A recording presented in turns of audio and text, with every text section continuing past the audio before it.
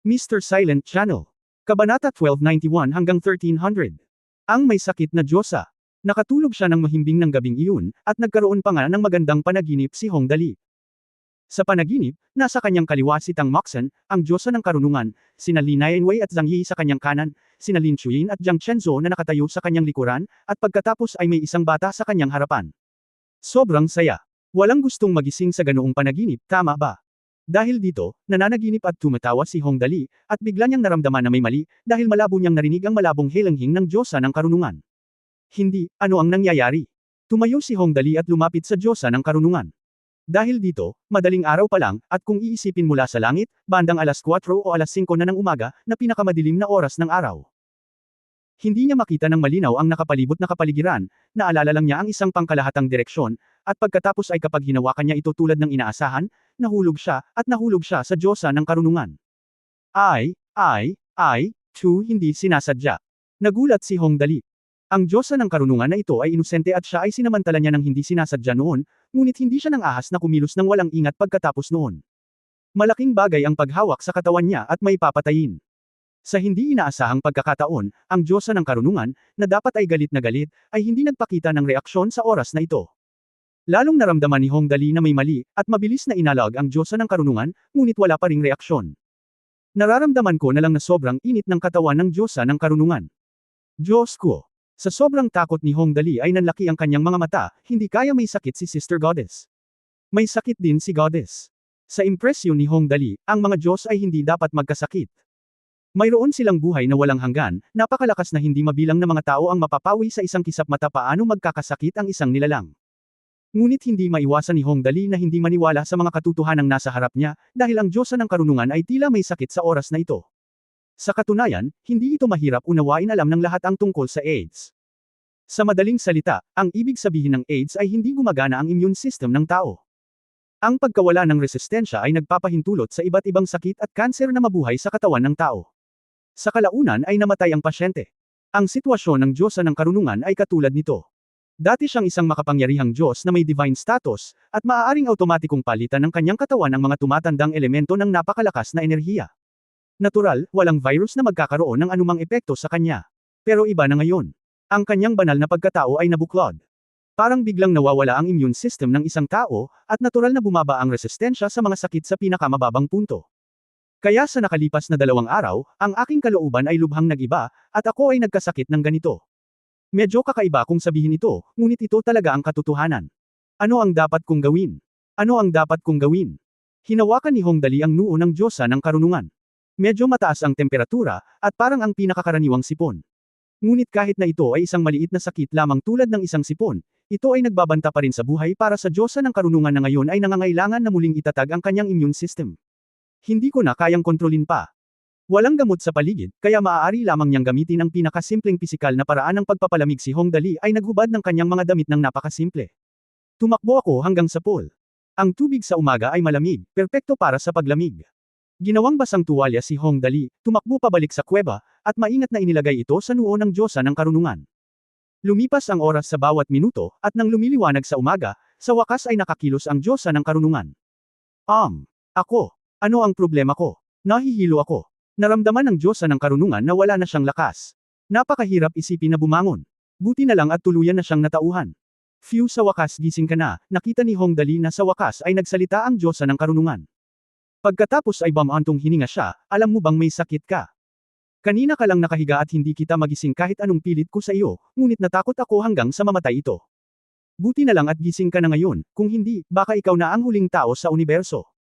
Ang unang pinakamataas na Diyos sa eroplano na namatay sa sakit nga pala, mas mabuti na ba ang pakiramdam mo ngayon?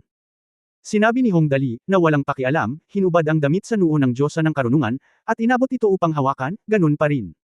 Okay, ang temperatura ay bumaba ng husto, ngunit hindi mo alam ito. Ang init mo sa buong katawan at ang init ng noo mo. Anong ginagawa mo? Umupo ka dali. Ikaw, kinalabot mo lang ako. Mahigpit na hinawakan ng Diyosa ng karunungan ang tungkod sa kanyang kanang kamay. Kung mangangahas si Hongdali na gumawa ng isa pang hakbang, papatayin niya ang tauna na ito sa isang putok at mamamatay sa sakit. Hindi ka man lang makakabangon kung hindi kita hawakan, alam mo ba? Napaatras ng 2 hakbang si Hongdali at sinabing, pasensya ka na ngayon, okay. Huwag kang excited, okay. Sino sa tingin mo ako? Naiisip mo bang pagsamantalahan ka? I swear to Deng, hinawakan ko ang noo mo ngayon lang at wala nang ibang ginawa. Interesting at sincere ang sinabi niya, at medyo maayos ang damit sa katawan, kaya malamang hindi. Matapos gumawa ng isang bagay sa sarili, gumaan ang pakiramdam ng Diyosa ng karunungan. Kaagad pagkatapos, nakaramdam siya ng sobrang panghihina at nanginginig ang kanyang katawan. Nang makitang malapit na siyang mahulog, wala nang pakialam pa si Hongdali sa pagkakataong ito. Sumugod siya para tulungan siyang tumayo at dahan-daang ibinaba. Then he said, "By the way, can you stop being so excited? Walang gamot dito, we can only rely on you fought the disease on your own total, Diyos ka rin. Maaari kang sipon, na talagang nagpapalasing sa akin. Ang aking banal na kapangyarihan ay natatak na, ang kakayahan ng aking katawan sa pag-aayos sa sarili ay nawala, at ang aking panlaban ay bumaba. Kakaiba ba na ako ay magkakasakit? Ang Diyosa ng karunungan ay dahan-daang humiga kasunod ng lakas ni Hongdali. Sa pagkakataong ito ay mukhang mas kaaya-aya siya, salamat. Tingnan mo, napakagalang mo. Si Hongdali ay nakaupo sa lupa na nakasuot lamang ng kanyang damit na panloob. Okay, you can higa quietly. Anyway, tayong dalawa lang ang nandito, so we don't have to worry so much. I can just take care of you these days. Pero baka medyo makulat ako, at hindi ako masyadong magaling maglingkod sa tao. Huwag kang magagalit kung nakakasakit sa iyo. Alam ko, ang Diyosa ng karunungan ay nakahiga sa lupa. Hindi niya alam kung saan ginawa ang robe. Napakaganda ng kalidad at walang batik, kaya hindi na niya ito kailangang baguhin. Nakahiga siya saglit, tapos biglang bumantong hininga at sinabing, "Napakabait mong tao, sayang naman at huli kong natuklasan." "Napakabait ko na, hehe," sabi ni Hongdali, si Lengding ay pinuri ng Diyosa ng karunungan, at biglang naging moody, napuno ng kahihiyan ang mukha, "Sa totoo lang, hindi ako ganoon kagaling, kaya hindi mo na kailangang magpasalamat sa akin. Kukuha muna ako ng makakain mo. Dapat ayusin mo ang kalagayan ko sa lalong madaling panahon. Kung maaari, ayusin mo ang iyong kalagayan sa lalong madaling panahon. Ito ay isang malubhang sakit, wala akong magagawa tungkol dito." "Naiintindihan ko," mahinang sabi ng Diyosa ng karunungan, pagkatapos ay ipinikit ang kanyang mga mata. Dahil dito, hindi nagtagal matapos maubos si Hongdali sa pagkakataong ito, bigla siyang tumakbo pabalik ng masaya at nakangiting sinabi, "Hahaha, Ate Diyosa, malaking natuklasan ko. Natuklasan ko na may mga hayop dito. Hahaha." Kabanata 1272 pabula. Mga hayop, matalik na kaibigan ng tao. Noong una, dalawa lang ang tao dito, si Hongdali at ang Diyosa ng karunungan, ngunit hindi ganoon kakaibigan ang relasyon ng dalawa, kaya madalas silang naiinip. Ngayong may mga hayop, iba na. Kahit na ang Diyosa ng karunungan ay isang Diyos, siya rin ay isang babae, at siya ay likas na may likas na kaugnayan sa mga cute na hayop. At sa paggawa ng mga biro ni Hongdali sa gilid, natatakot ako na ang oras ay magiging mas mahusay. Talaga. Bagamat ang Diyosa ng karunungan ay napakahina sa oras na ito, talagang napakasaya niyang marinig ang balita, "Nasaan na? Gusto mo ba ito?" "Hoy, nandito na," sabi ni Hongdali. Tinawag niya ang hayop na nakita niya, "Xiaohei, halika dali. Tingnan kung maganda ang ate." Hindi nagtagal, kasunod ng kanyang mga salita, isang itim na anino ang sumugod at direktang sumugod sa Diyosa ng karunungan. Bahagya siyang yumuko. Ito ay isang maliit na bagay na parang ardilya, na halos kasing laki ng dalawang palad. Napaka-cute nito. Ang maliliit na mata nito ay nakatingin sa Diyosa ng karunungan ng may pagtataka. Malinaw na ang maliit na bagay ay may napakagandang impresyon sa Diyosa ng karunungan. Ang cute na maliit na bagay. Ang diwa ng Diyosa ng karunungan, na puno ng kadiliman, sa wakas ay bumuti. Marahan niyang inabot at hinawakan ang likod ng maliit na lalaki, "Hello, ang cute mo." Narinig ng maliit na bagay ang papuri at sinabing, tuwang-tuwa siyang tumalon-talon, at saka humiga sa tabi ng braso ng Diyosa ng karunungan. Napakaganda ng ugali niya. Sa maliit na bagay bilang buffer sa kanilang dalawa, halatang bumuti ng husto ang kanilang relasyon. Sa mga sumunod na araw, inalagaan ni Hongdali ang Diyosa ng karunungan, at talagang taos-puso niya itong ginawa. Kahit na ang Diyosa ng karunungan ay may likas na pagtutol sa kanya, ito ay tumagal ng napakatagal na panahon. Gayunpaman, hindi na siya malamig na tumingin kay Hongdali, hanggat hindi gumagawa ng labis na biro si Hongdali. Magkakaroon din ng ilang masasayang ngiti. Sa paglipas ng panahon, ang Diyosa ng karunungan ay bumubuti at bumuti, ngunit si Hongdali ay abala sa isang bagay na hindi alam tuwing gabi at tila laging nasa mataas na espiritu. Hindi gaanong pinansin ng Diyosa ng karunungan noong una, ngunit nang maglaon ay lalo siyang naging curious. Bagamat halos gumaling na ang kanyang karamdaman, mahina pa rin ang kanyang katawan. Noong gabing iyon, ang Diyosa ng karunungan ay sumilip sa likod ni Hongdali at nakita si Hongdali na inaakay si Xiaohei sa lubad na dayami. "Anong ginagawa mo?" Umupo ang Diyosa ng karunungan mga 1 metro ang layo mula sa Hongdali. Tiningnan niya ang patuloy na paghihigpit ni Hongdali at nagtanong, "Ano ang ginagawa mo sa mga lubad na ito?" Itong mga lubad." Kinamot ni Hongdali ang kanyang buhok at nakangiting sinabi, natuklasan ko nitong mga nakaraang araw na bagaman ang taas ng bundok na ito ay mukhang medyo mataas, hindi ito kasing taas ng inaasahan. Hanggat sapat ang haba ng lubad, siguradong makakababa tayo, hehe. Nang marinig ang mga salita ni Hongdali, ang Diyosa ng karunungan ay halatang natigilan. Pagkatapos ay sumugod siya, sinipa ang lubad, at saka hinawakan ang kamay ni Hongdali.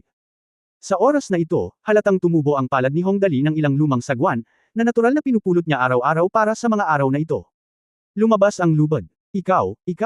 Napaluha ang Diyosa ng karunungan. Galit at balisa, sinabi niya, sino ang nagsabing bababa ako? Ikaw bastard, hindi mo alam kung paano humingi ng opinyon ko. Kapag bumaba tayo, ano ang dapat nating gawin? Bagamat ang mitolohiya ng babaeng karunungan simple lang sabihin, ngunit halata ang kanyang kahulugan. Kahit magkaaway silang dalawa at may masalimuot na relasyon sa bundok na ito, habang buhay lang silang umaasa sa isa't isa. Pero kapag nakababa na tayo ng bundok, paano tayo magkakasundo? Kung walang tao, okay lang na mag-usap. Kung may makilala sila, anong posisyon ang dapat nilang dalawa? Paano kung mabawi niya ang kanyang kapangyarihan mamaya? Ano ang dapat nating gawin kung gayon? Alam ko, natural na naiintindihan ni Hongdali ang ibig sabihin ng Diyosa ng karunungan. Hindi niya ito pinansin, napangiti siya sa kanyang ilong, at sinabing, pero nakakatamad talaga sa tuktok ng bundok. At kailangan kong subukan. Kung may ganito sa mundo, kailangan lang ng tao na mabuhay pagdating ng panahon. Kung magkasakit ka ulit, natatakot akong mamatay ako sa gulat. At napakalaki ng lugar dito. Kahit na may ilang araw na wala akong pakialam. Anyway, kailangan kong subukan. Simpleng sabi ni Hongdali, ngunit ang kanyang mga mata ay kasing liwanag ng mga bituin sa kalangitan sa gabi. Ikaw bastard. Bumagsak ang mga luha ng Diyosa ng karunungan. Sa mga araw na ito, talagang inalagaan siya ni Hongdali, at tiyak na hindi ito kasinungalingan. Pagkatapos ng lahat, ang Diyosa ng karunungan ay hindi isang malamig na dugo at walang awa na nilalang. Paano siya pumikit sa pagtrato sa kanya ni Hongdali? Okay, ate goddess, you are a goddess. Goddess shouldn't cry. Buong tapang na tinulungan ni Hongdali ang Diyosa ng karunungan na panasan ang kanyang mga luha at mahinang nagsabi, karaniwan, lumilipad ka sa langit at dapat ako ay nasa lupa. Habol, kung humanga ka sa aking sinseridad, bababa ka at maging asawa ko. Hehe, hindi ka pwedeng umiyak ng ganyan. Ang lamig ng gabi, kaya't huwag kang sipon muli. Masama kang tao, halos gumaling na ang immune system ko. Paano ka madaling magkasakit? Napangiti ang Diyosa ng karunungan matapos marinig ang kawili-wiling sinabi ni Hongdali, at sa wakas ay kumalma. Umupo siya sa tabi ni Hongdali nang walang sabi-sabi, nakatingin lang sa kumpol ng mga lubad na dayami ni Hongdali. Ang halaman na ginamit ni Hongdali ay napaka-flexible, ngunit masakit ito sa kanyang mga kamay. Ginagawa niya ito araw-araw, at nakakakuha siya ng haba na halos 10 metro sa isang araw. Matapos kunin ang mga lubad na dayami at ibabad sa tubig, at pagkatapos ay i-connecta ang mga ito, ang epekto ay talagang hindi inaasahang malakas. Hindi bababa sa ayon sa pagsusulit ni Hongdali, walang problema sa pagdala ng isang bato na tumitimbang ng 300 kilo. Sa mga sumunod na araw, si Hongdali ay patuloy na humihila ng mga lubad na dayami araw-araw, at sa wakas ay nagsimulang bumuti ang saloobin ng Diyosa ng karunungan sa kanya. Hindi alam ni Hongdali kung ano ang nangyari bago nahulog ang Diyosa sa mortal na mundo, ngunit ngayon alam na niya. Ang pag-iisip pabalik sa karanasan sa panahong ito ay hindi kapanipaniwala tulad ng isang alamat. Nakaligtas sa buhay at kamatayan, ngunit nakulong sa isang bangin, nakahiwalay sa mundo, kasama ang isang napakagandang Diyosa sa tabi mo, parehong nararamdaman ang sakit at kaligayahan, ito ang pakiramdam. Ang nakakalungkot lang ay hindi ako nakakapag-sex sa araw at sa gabi, na talagang isang malaking panghihinayang. Mabilis ang panahon, at mahigit 10 araw na ang lumipas. Sa araw na ito, pinagsama ni Hongdali ang lahat ng mga lubad. Mga 300 metro na ang haba nito. Mahigpit niyang itinali ang lubad sa isang malaking puno na may diameter na halos kalahating metro. After try it many times, I sighed with satisfaction, naku, hindi madali, natapos ko na rin. Hahaha, makakapag-palm na rin ako sa lugar na ito, hehe, itong bagong mundo, andito na ako. Ang Diyosa ng karunungan ay tumingin sa lubad, at pagkatapos ay sa mainit na maliit na pugad kung saan sila nakatira sa panahong ito. Sa ilang sandali, lahat ng uri ng damdamin ay nasa puso niya. Ngunit ang sigurado ay maganda ang impresyon niya kay Hongdali ngayon, at minsan ay naisip pa niya na maaaring maging mabuting bagay na maging maayos ang pakikitungo kay Hongdali. Sister Goddess, lumingon si Hongdali at tuwang-tuwang sinabi, maghanda tayo ng sapat na tubig at pagkain, at bumaba tayo ng bundok ngayon. Aalis na ba tayo? Lam-ingalinga muli ang Diyosa ng karunungan, at pagkatapos ay bahagyang ngumiti siya at tumingin kay Hongdali na may mga mata na puno ng ngiti, okay, bumaba tayo ng bundok ngayon. Kabanata 1273 ang mundo ng Shangxia. Ngayong handa na ang lahat, handa na silang dalawa na bumaba ng bundok.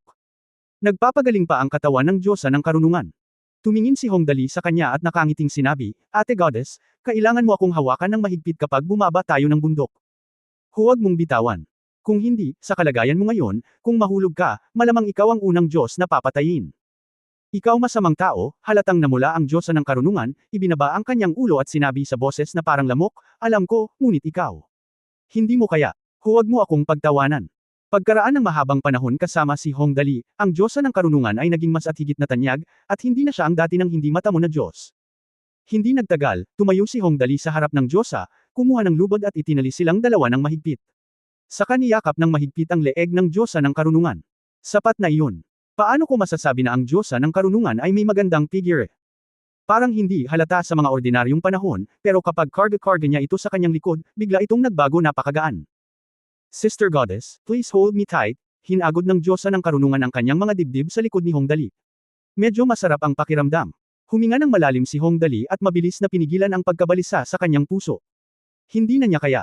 After thinking about it, if I think about it further, hindi na yata ako makakababa ng bundok. Alam ko. Malumanay na tugon ng Diyosa ng karunungan at hindi na nagsalita. Kaagad, hinawakan ni Hongdali ang lubod at bumaba ng paunti-unti na parang isang umaakyat sa bundok.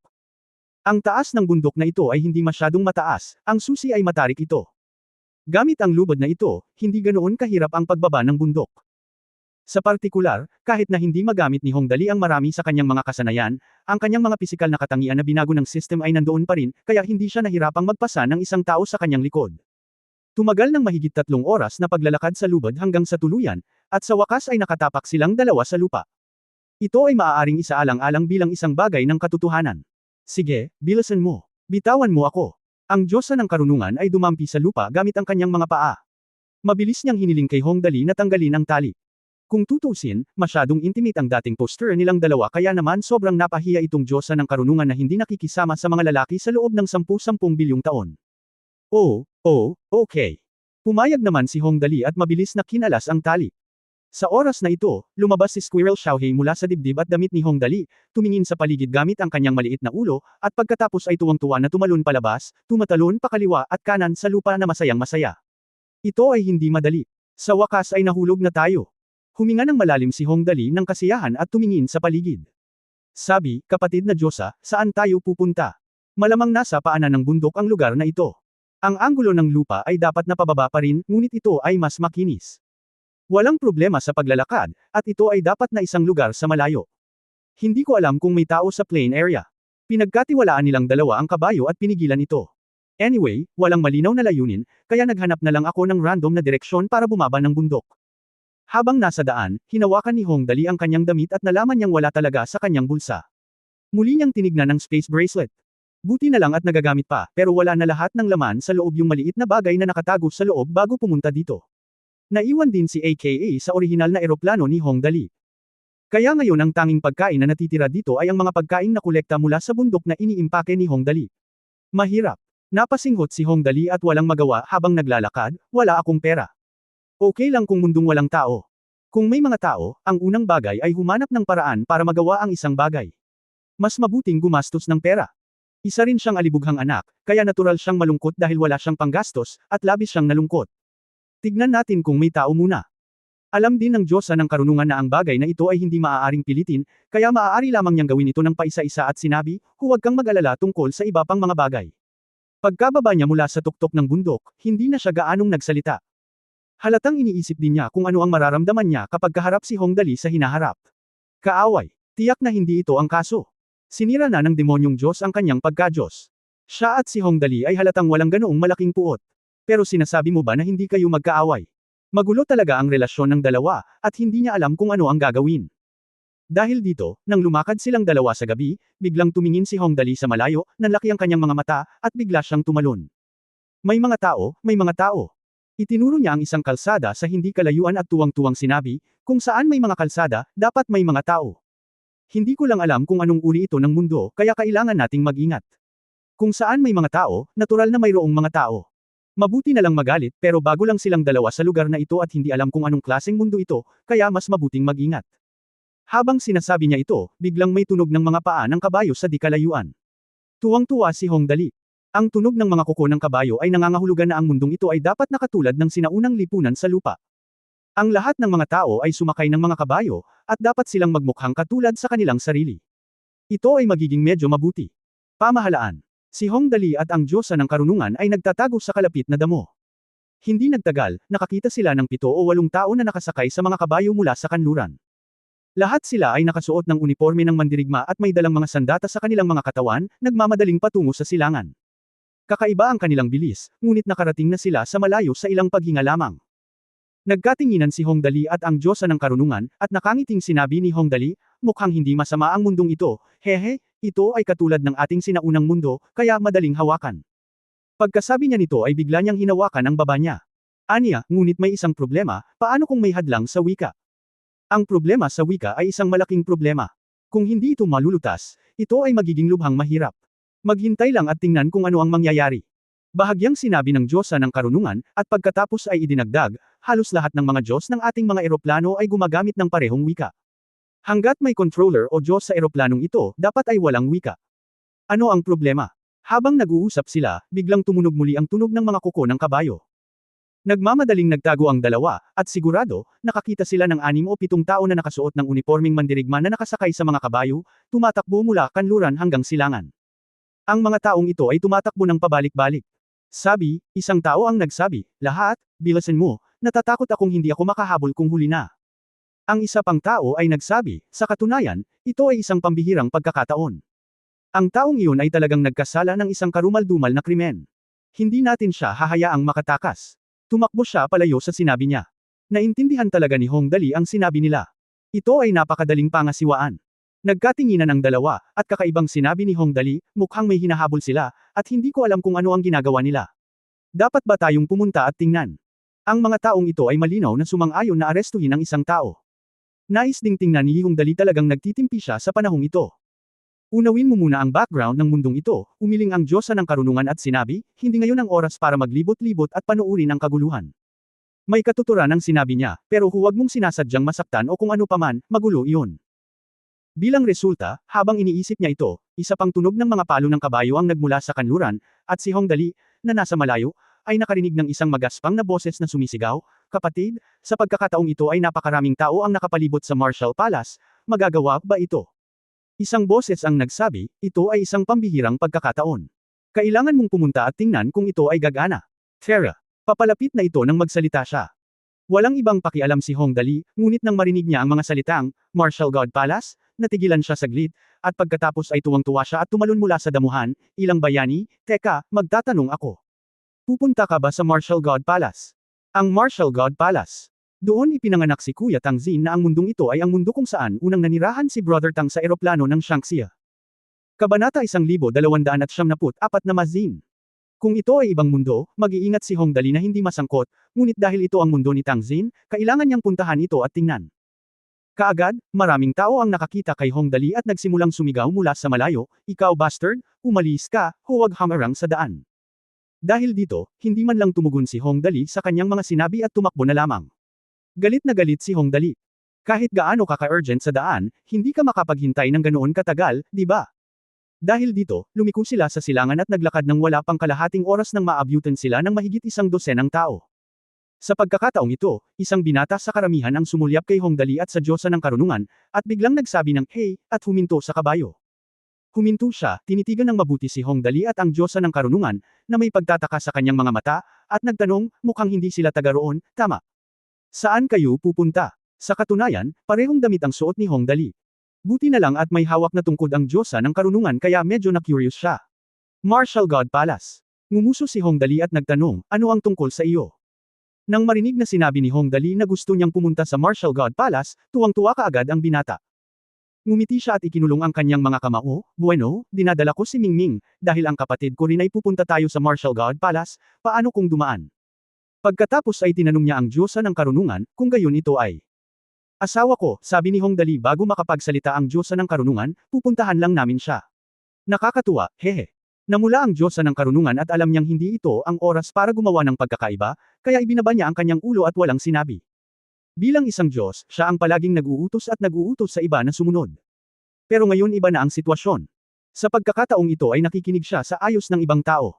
Pero parang hindi naman ganun kalala, at least nakakatipid ng husto. Nako, silang dalawa ay ang Dragon at ang Phoenix. Sa pagtingin pa lang sa kanilang mga hitsura, malalaman mo na silang mag-asawa ng mga Diyos at mga immortal. Malinaw na pamilyar na tao si Huming. Siya. Ngumiti at sinabing, kung hindi mo iniisip ito, paano kung sakayin mo ang aking kabayo? Tumalon siya sa kabayo habang nagsasalita. Tinawag niya ang iba pang 10 o higit pa, Guru, ang dalawang ito ay pupunta rin sa Wushen Palace.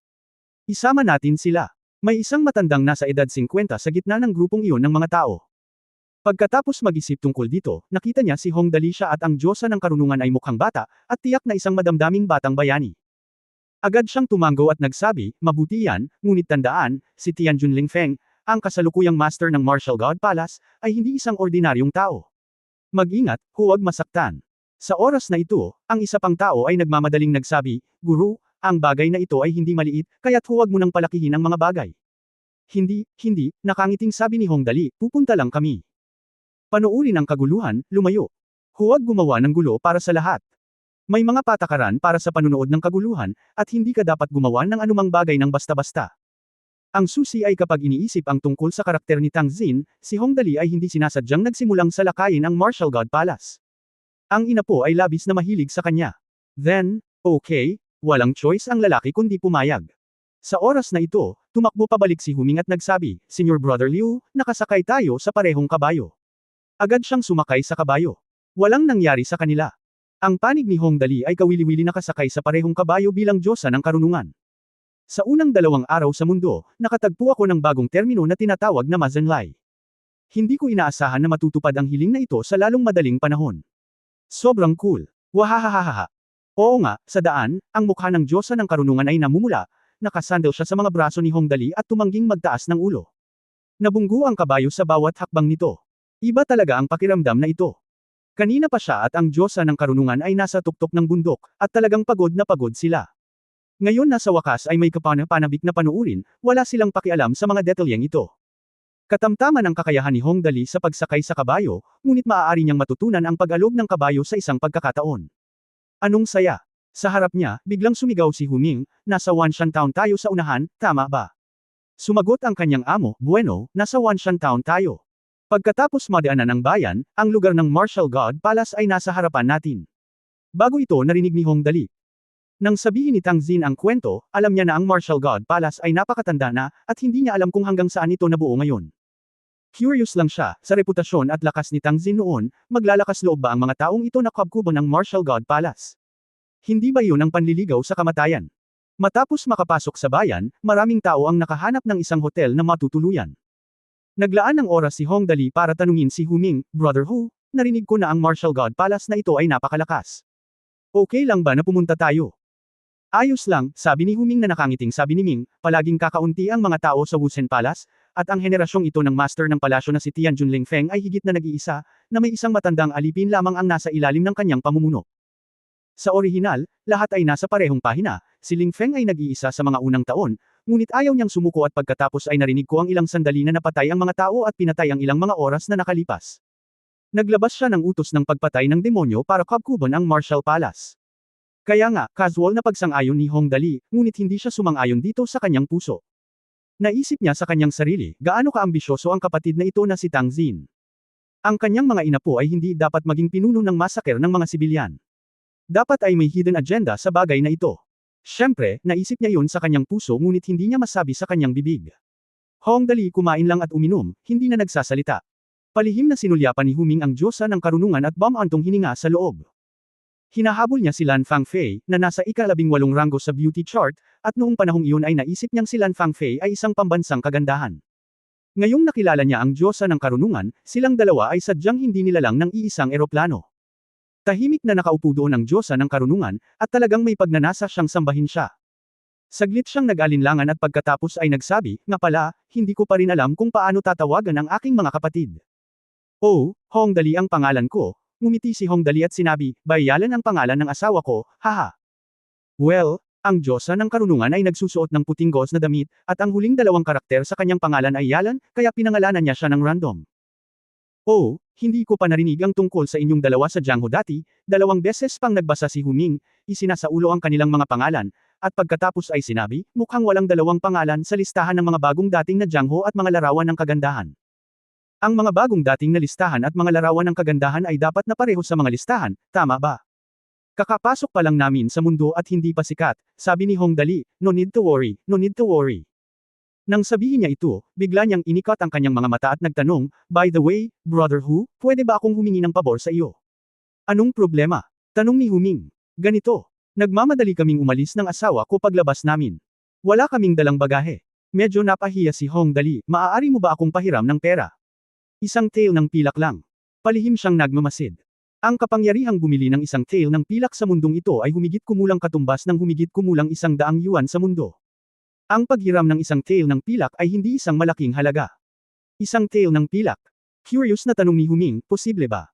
Sa pangkalahatan, kung walang pera, ang 100 tail ay sapat para sa 2 tao. Ngunit humiram lang si Hong Dali ng 100 tail ng pilak, magagamit ba niya ito? Kabanata 1275, koleksyon ng sunflower. Sapat na ang isa o dalawa, hehe. Ang kulang ngayon ni Hong Dali ay ang panimulang kapital, kung hindi ay hindi siya manghihiram ng pera sa iba sa kanyang karaniwang estilo. Ngunit walang paraan. Ngayon ang lalaking nagpapalaki ng pamilya at nagpapalaki ng pamilya ay talagang hindi na makakaligtas sa mundong ito sa hinaharap kung pipigilan niya ang kanyang bibig. Kung tutuusin, hindi niya masabi kung kailan siya babalik sa kanyang orihinal na posisyon, hindi lahat ng pera, pero walang paraan. Ang pera ay hindi-hindi. Siyempre, tungkol sa tanong kung gaano karaming startup capital ang kailangan. Sapat na ang isang tail ng pilak. Sa dami ng kaalaman, walang problema kung gusto mong kumita ng baon. Dahil kapos ka sa pera, Dali, wala kang sinabi. Kumuha si Huming ng isang pirasong pilak at inilagay sa mesa. Ngumiti siya at sinabing, ang isang tail ay napakaliit, 5 tail. Kung kulang ka, maaari kang magtanong palagi. Huwag kang maglakas loob na magsabi ng kahit ano. May pera pa ako. Kung hindi, masaya lang ang mga anak ni Jiang Ho. Ito ay nagkakahalaga ng mundo, pabayaan ng 1,000 dolyar. Mahirap manghiram ng kahit 100 dolyar sa isang taong ngayon ko lang nakilala. Haha, salamat, Kuya Hu, nakangiting kinuha ni Hong Dali ang pera, saka hinayla ang Diyosa ng karunungan para tumayo, ihahatid ko muna siya sa labas para bumili ng mga pang-araw-araw na pangangailangan. Mabagal lang ang gamit niyo, hehe. Silang dalawa. Pagkasabi nun ay nag-walk out na siya. Nang umalis si Hong Dali at ang Diyosa ng karunungan sa pintuan, ang nakatatandang kapatid ni Huming ay umungol, Ziming, ikaw ay ganyang tao. Nagpahiram ka ng pera sa isang taong kakakilala mo lang. Hindi naman sa malakas na hangin nanggagaling ang pera natin. Kahit maganda ang babaeng iyon, hindi pa rin niya magagawa ito. Kapag may humiram ng isang tail, binigyan mo lang siya ng 5 tail. Hindi mo ito sasabihin sa akin, medyo lantarang sabi ni Huming, napakaganda ni Miss Yalan, tiyak na hindi simpleng tao ang kanyang lalaki. Huwag kang mag-alala, 5 tail na pilak lang ito, at maaari siyang magkaroon ng mabuting kaibigan. Ang mga kaibigan ay sulit. Talagang. Ang nakatatandang kapatid na lalaki ay nag-isip sandali at biglang nagtanong, sa palagay ko ay hindi tayo optimistiko tungkol sa pagkubkob ng Wushen Palace sa pagkakataong ito. Makatarungang sabihin na nasaktan niya ang lahat ng tao sa Jiang Ho na maikli ang paningin. Hindi na niya kailangang sirain ang nayon ng walang dahilan. Maraming bagay sa Jiang Ho ay hindi kasing simple ng nakikita nila, sabi ng kanilang Panginoon. Oras na para magsalita, lahat, mangyaring tandaan na manood ng higit pa at mas kaunti ang paggalaw. Huwag madaling kumilos hanggat hindi malinaw ang sitwasyon. Naiintindihan ko, Master. Huwag kang mag-alala, naiintindihan namin. Ngunit sinabi ni Hong Dali na mayroon siyang karunungan dito. Matapos lumabas ang Diyosa sa taberna, ang Diyosa ng karunungan ay biglang napaawang ang kanyang mga labi at ngumiti, at sinabing, natatakot ako na hindi ka pananghiram ng pera sa sinuman mula noong naglakbay ka sa panahon. Tama, hehe. Walang anuman ito, sabi ni Hong. Hindi ito isinasa puso ni Dali, hindi natin alam kung hanggang kailan tayo mananatili dito, kailangan nating kumuha ng pera, kung hindi, paano tayo mabubuhay? Gastos ba ang pagkain? Nagkakahalaga ba ang pambili ng damit? Nagkakahalaga ba ang pananatili sa isang hotel o pagbili ng kabayo? Tama. I have to say that what he said is quite reasonable. Hindi ko alam kung gaano kalayo ito sa Martial God Palace along the way. Hindi ako makakain at nakatira sa Huming araw-araw, tama ba? Kailangan ng pera, ngunit mayroon ka bang paraan upang kumita ng pera? Ang Diyosa ng karunungan ay bahagyang tumagilid sa kanyang ulo at tumingin kay Hong Dali, mayroon ka lamang 5 tail ng pilak ngayon. Mahigpit ang oras, gusto mo bang sumugal? Kailangan kong gawin ito.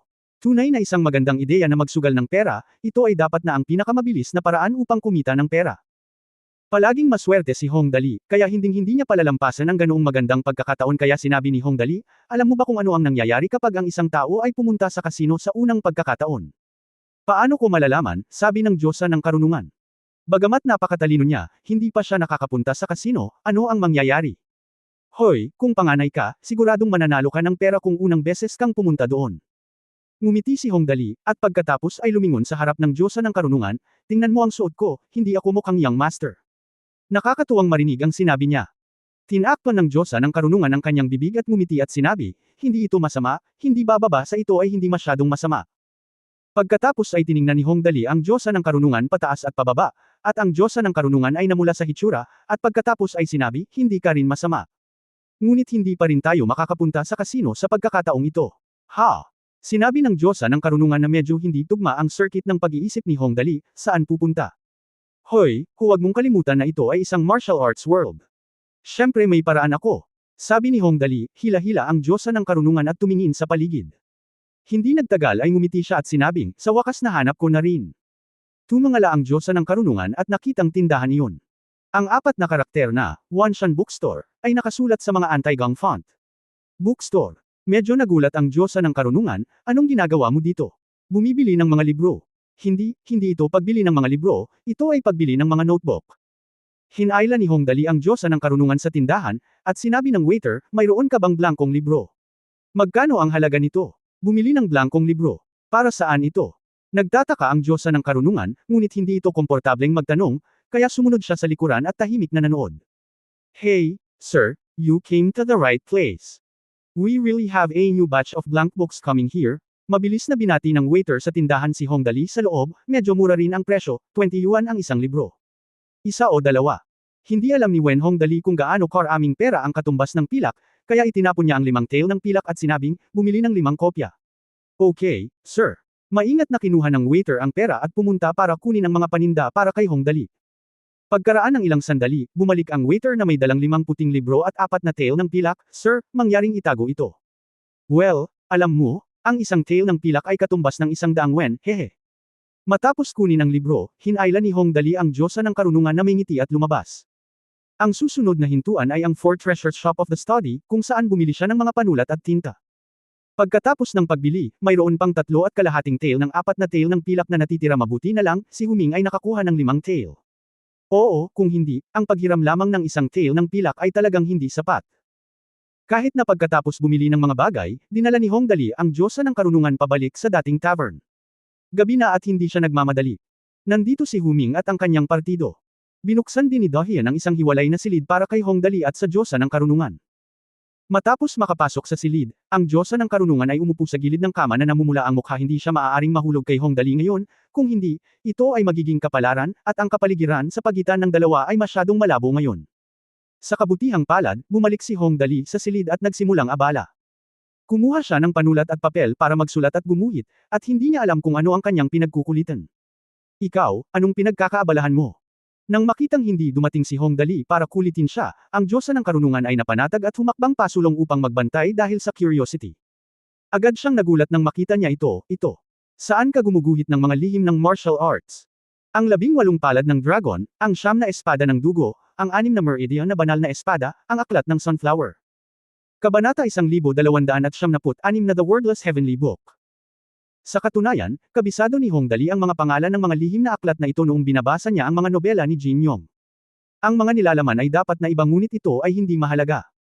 Ang mahalaga ay matagal na siyang nasa universo, at mayroong lahat ng uri ng mga sikreto. Kabisado ko ang maraming sikreto sa mga pagsasanay. Hindi banggitin ng anupaman, ang mga lihim na inscription ni Mo Chanji, ang unang henyo ng Eastern Galaxy, ay sapat na para sa kanya na hatiin sa ilang mga lihim na aklat. Halimbawa, kabilang sa 6 na galaw ng paglambot, paglaslas, pagpapatigas, hakbang sa martial arts, at pag-atake ng chi, ang biglaang pagsulong ay maaaring isulat bilang Sunflower Treasure Book, ang martial arts step ay tinatawag na Lingbo Weibo, at ang attacking chi ay tinatawag na Falling Down. 18 palma ng dragon. Kaya ito ay isang karaniwang paraan ng pagbebenta ng karne ng aso sa pamamagitan ng pagbebenta ng tupa sa ibabaw ng mga ulo ng tupa. Ngunit sa kabutihang palad, ang nilalaman nito ay totoo lahat, at tiyak na hindi ito ang ibinebenta sa mundo tulad ng, binata, nakikita ko ang iyong balangkas ay kamangha-manghang, uri ng mga bagay. Sa mala martial arts na eroplanong ito, siguradong may mga taong alam ang mga paninda. Hehe, kailangan natin ng pera, nakangiting sabi ni Hong Dali, kailangan may paraan para makuha ang pera, di ba? Ang pagpunta sa kasino ay hindi maaasahan, at sa tingin mo, kung manghiram lang tayo ng pera at pupunta sa kasino, paano kung kuya ho alam mo kung paano tumingin sa amin, tama? May sense ang sinabi niya. Hindi man siya pinalad na makapasok at matatalo lang ngunit hindi nanalo, nagbibigay pa rin siya ng impresyon na isang sugarol. Basta sugarol ka, hindi ka magugustuhan ng iba. Sa hindi pamilyar na lugar na ito, dapat itong iwasan. Well, talagang, masyado kang nag-iisip. Ang Diyosa ng karunungan ay tumango, tumingin sa 5 lihim na aklat ni Hongdali, at biglang nagsabi ng kakaiba, ang unang 4 na aklat ay maayos, ngunit ano ang isusulat mo tungkol sa ika-5? Pangalan. Ito, kinuha ni Hongdali ang lihim na libro ng walang anumang salita at nakangiting sinabi, ito ang pinakamahalaga, hindi ako nagsusulat ng anumang mga salita sa aklat na ito. Ha! Natigilan muli ang Diyosa, hindi sigurado kung ano ang ibig sabihin ni Hongdali, kung gayon ang aklat na ito ay hindi ibinebenta. Hindi ito dapat ibenta, malakas na tawa ni Hongdali, ito ang tinatawag na Wordless Book of Heaven. Ito ang ating pinakamahalagang kayamanan. Hoy, malalaman mo pagdating ng panahon. Ibenta natin ang mga sekretong libro bukas ng umaga. Sa tansya ko, kakaunti lang ang mga lihim na libro, at hindi dapat maging problema na ibenta ang mga ito sa halagang 5 o 6 na raang tael. 5 o 6 na raang tael. Nanlaki ang mga mata ng Diyosa ng karunungan nang marinig niya ito, ang isang puting aklat na may lamang 1 tael ng pilak at 5 kopya ay mabibili ng 5 o 6 na raang tael kung isusulat mo lang ito. Hindi siya tanga. Alam na niya na ang kapangyarihan sa pagbili ng pera sa mundong ito ay tungkol sa magkano ang pinakamahalaga ay masyadong maliit ang halaga. Oy, kailangan, pagmamalaki ni Hongdali, manood ka na lang. Kaya't sa gabi, ang Diyosa ng karunungan ay natulog sa kama, at si Hongdali ay natulog. 4. Lumipas ang gabi ng ganito. Maaga kinaumagahan. Maagang binati ni Hongdali si Huming at sinabing dadalhin niya ang kanyang asawa sa kalye para bumili ng ilang pang-araw-araw na pangangailangan, na aabot ng mahigit 2 oras, o 1 oras. Sumang-ayon kaagad si Huming. Anyway, nasa harapan niya ang destinasyon. Maraming tao sa Wanshan Town ngayon.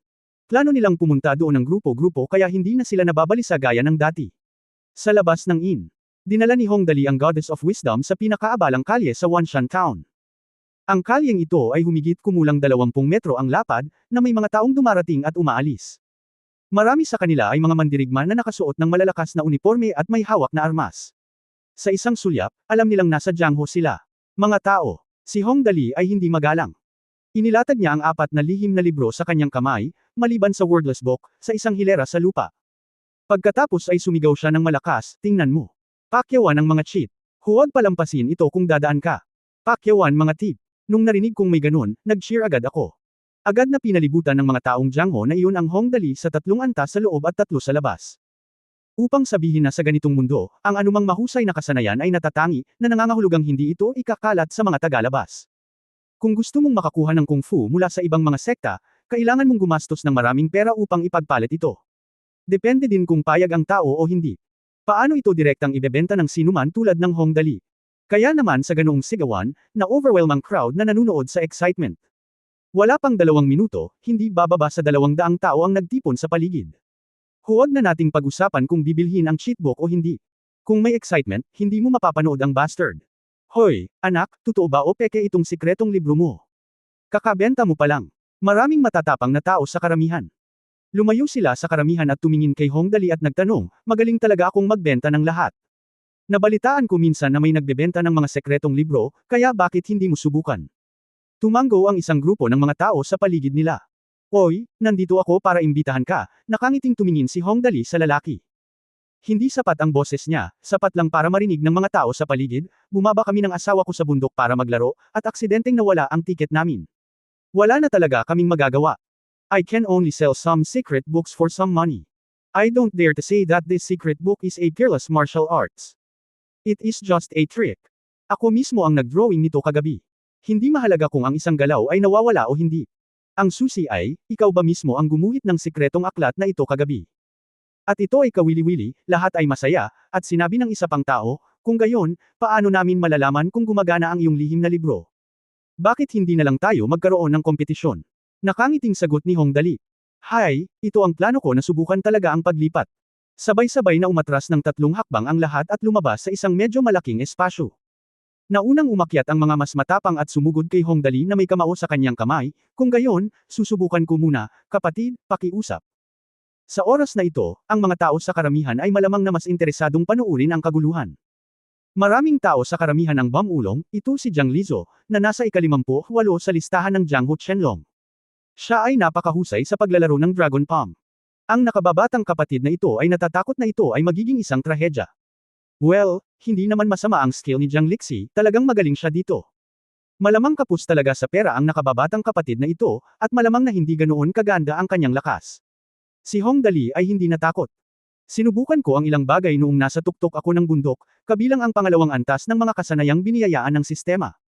Sa ngayon, ang pangalawang antas na ito ay hindi kasing ganda ng orihinal na direktang nagpapalakas ng epekto ng 50 beses. Mayroon lamang itong 5 beses na pagtaas.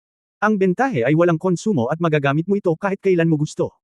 Nagkaroon ng pangalawang antas ng bottoming, kaya hindi niya kailangang matakot kung talagang kumilos siya. Hindi naman siya kinakabahan. Diretso siyang naglakad papunta sa field at nakangiting nagsabi, dahil gustong subukan ito ng kuya, walang pagpipilian ang nakababatang kapatid kundi sumunod. Kinuha niya ang kanyang he came to look at the book without words. Habang binabasa niya ito, sinabi niya, matuto ng isang galaw, at mapapatay kita. Matapos tingnan ito ng 2 beses, tumanggaw siya, tama na. Pagkatapos ay inilagay niya ang walang salita na aklat, ang makalangit na aklat ay inihagi sa Diyosa ng karunungan na tahimik na nakaupong nanunood ng palabas, anak, itabi mo ito. Pagkatapos ay nakita niya na ang kanyang katawan ay naging bugzo ng hangin sa isang iglap, at nasa likod siya ni Jiang Lili sa halos isang kisap mata. Pagkatapos ay hinampos niya ang isang palad, at naramdaman ni Jiang Lili na siya ay lumilipad sa mga ulap at ambon, at ang kanyang buong katawan ay lumipad ng 5 o 6 na metro ng tuwid. Ang mahuli ng isang tao ay napigilan ang trahedya ng landing phase muna. Nagulat ang buong audience.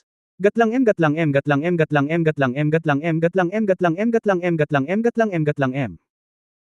Ang aming jelly bean ay may sakit, 5 octillion 555 septillion 555 sextillion 555 quintillion 555 quadrillion 555 trillion 555 billion 555 million 555,555. Chapter 1297, Kuya, mag-practice ka rin. Ang Jiang Lizo na ito ay isang tunay na figure na nirerango sa ika-58 sa listahan ng Jianghu Qianlong. Siya ay tiyak na hindi isang pusa o isang aso na maaaring i-dismiss ng mga casual na kampon. Dahil dito, ang batang kaharap niya ay talagang natalo siya ng ganoon kadali. Ang nangyari ay talagang hindi maisip noong una ay talagang akala ng lahat na si Hong Dali ay isang ordinaryong entertainer lamang, at karamihan sa kanila ay nagtipon-tipon upang panuurin ang kaguluhan. Ngunit ngayon hindi ito nakikita ng mga tao sa ganoong paraan. Kung tutusin, hindi man lang nakita ng maraming tao na naruroon ang ginawa ni Hong Dali kanina. Ang nakababatang kapatid na ito ay kamangha-mangha. Ano ang pangalan ng kanyang aklat? Maaari mo bang matutunan at ilapat ito ngayon upang makamit ang epektong ito? Sino ang nagsabi na hindi ito ang kaso, ngunit sa tingin ko ay walang anumang mga salita sa aklat? Ano ang nangyayari? Hindi ko alam, huwag mag-alala, maghintay at tingnan. Sa oras na ito, isa pang tao ang lumabas sa karamihan, at sa pagkakataong ito ay tumingin siya kay Hong Dali na may mas seryosong tingin, kuya, dito ako nagtatago. Ang ika-32 na kang Jade Dragon. Kung hindi mo sasabihin sa akin ang mga sikretong salita, paano tayo magkompetensya muli? Kung matatalo mo ako, tatanggapin ko lahat ng sikretong librong ito, totoo man o mali, paano pa? Paglabas niya, lahat ng nakapaligid sa kanya ay agad na nagtampol ng mga hita sa panghihinayang. Huwag na nating pag-usapan kung totoo o hindi ang lihim na aklat na ito, ngunit kung isa sa alang-alang ang lakas ng binatang ito, kahit na ito ay peke, ang pagbili ng kanyang sikretong libro at pagbibigay sa kanya ng mga pabor ay magiging isang malaking kita na negosyo. Hehe, ang lihim na libro ay garantisadong totoo, ngunit si Brother Kang ay handang kumilos, kaya natural na hindi ako makatanggi. Tumingin si Hong Dali sa lalaki, isang binata na nasa mid-20s, na may gwapong hitsura, na may hawak na isang dakot sa kanyang kamay. Hawak ang isang mahabang espada, sinabi niya, wala lang akong armas. Sino bang kapatid ang handang magpahiram ng sandata sa kapatid na ito? Mabilis na sumugod si Kang Yulong at nag-alok ng kanyang mga kamay, sa tingin ko lahat ay handang makita ito, tama ba? Ang sabi niya tama, sino ba naman ang hindi mahilig makakita ng ganoong kalaking excitement? Kaagad, may ilang mga tao na naruroon na nagpakita ng ilang mga armas na hindi masyadong mahal. Kabilang sa mga sandata na iyon ang mga espada, baril, patpat, martilyo, letigo, at iba pa. Higit sa 1 dosina, na labis na pinaghalo. Casual na naglabas ng baril si Hong Dali. Ngumiti siya at sinabing, iyon na.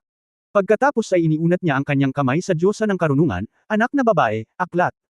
Naunawaan na ng Diyosa ng Karunungan ang pangkalahatang ideya. Kinagat niya ang kanyang mga labi at ngumiti at ibinato ang wordless book kay Hong Dali. Ang kahangahangang bagay tungkol sa buong prosesong ito ay walang mga salita sa aklat. Ilan sa mga tao sa paligid ay gustong kunin ang libro at basahin ito, ngunit kung tutusin, hindi pa rin sila naglakas loob na gumalaw. Maaari kitang ibaba kung matututo pa ako ng isa pang galaw. Binaliktad muli ni Hong Dali ang aklat na may ngiti, tama na. Pagkatapos ay inihagis niya ang libro sa isang tao sa karamihan, kuya, dapat kang magsanay din. Tuwang-tuwa ang lalaki nang kunin niya ang libro, ngunit matapos itong basahin ng matagal, nanlumo siya. Nataranta rin ang mga usyosong tao sa paligid niya, walang salita sa aklat na ito. Ano ito? Ang walang salita na makalangit na aklat na ipinasa mula sa mga ninuno ng aking pamilya, hawak ni Hong Dali ang isang baril sa magkabilang kamay. Kakaibang tanong niya, bakit, hindi mo ba maintindihan? Sinabi ko na walang mga salita. Sino ang makakaunawa kung walang mga salita? Bumulong ang lalaki at magalang na ibinigay ang libro sa Diyosa ng Karunungan. Girl, ang bagay na ito ay talagang mabuti, ngunit hindi natin ito nakikita. Sayang. Ang Diyosa ng Karunungan ay matalino kung tutusin, at itinuro ang 4 na lihim na libro sa lupa na may ngiti. Ang aking asawa ay iginuhit ang lahat ng mga galaw sa aklat na iyon syempre. Hindi lahat ng mga ito, isang maliit na bahagi lamang ng mga ito. Nang banggitin niya ang kanyang asawa, namula ang kanyang mukha at mabilis siyang nakabawi. Sa oras na ito, nakipag-away si Hong Dali kay Kang Yulong gamit ang baril. Noong siya ay nasa Super Seminary, siya at si Bei Yuanqing ay nag-away gamit ang mga armas, at sa oras na iyon ay gumamit sila ng mga baril. Sa oras na ito, gamitin ang pangalawang gear at gumamit ng ilang disenteng galaw. Hindi nagtagal ay natalo rin si Kang Yulong. Sa pagkakataong ito ay tahimik ang lahat, ang kanilang mga mata ay kasing liwanag ng mga bombilya na nakatitig sa 4 na sikretong aklat ni Hong Dali. Bagamat natalo si Kang Yulong sa ibabaw. Pero sobrang saya niya sa puso niya.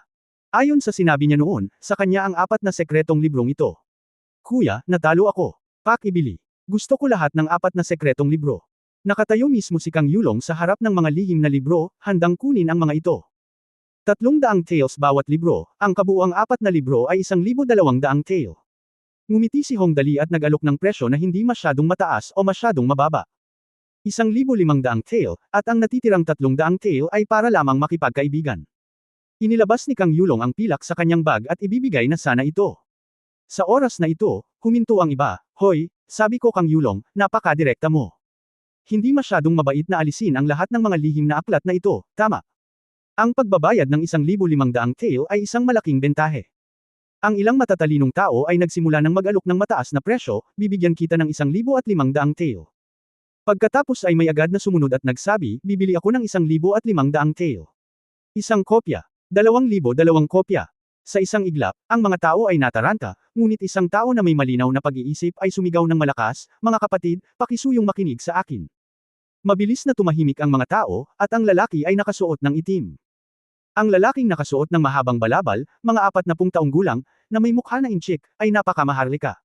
Sumigaw ang isang tao sa karamihan, si Yan Chengde, ang deputy leader ng Blackwater Gang.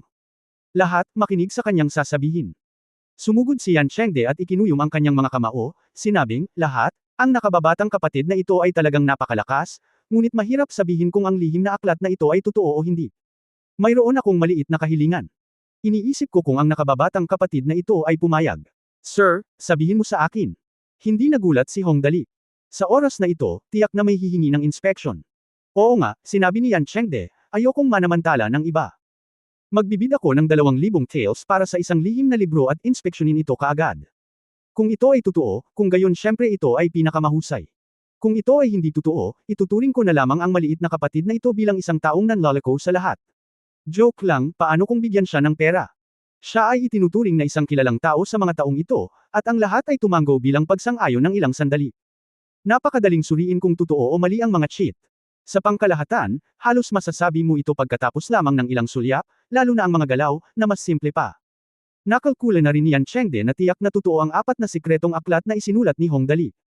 Sa kanyang martial arts skills, hindi niya magagawang linlangan ang mga tao para sa ilang pera.